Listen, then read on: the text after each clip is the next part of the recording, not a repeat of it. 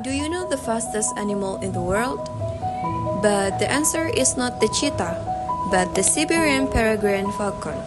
Before we delve into the topic, allow us to introduce ourselves. My name is Nurfadila Sonda, and my partner is Siti Salbiah.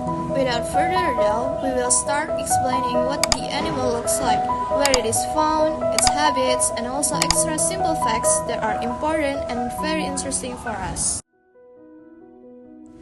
The Siberian Peregrine Falcon is the fastest animal in the world in the Australia outback.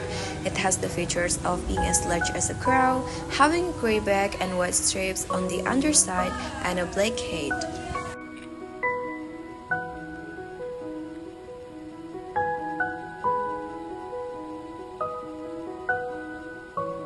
It can found in outback Central Australia, and when they're hunting, they fly high and do a spectacular dive called a stoop, to surprise prey with high speed.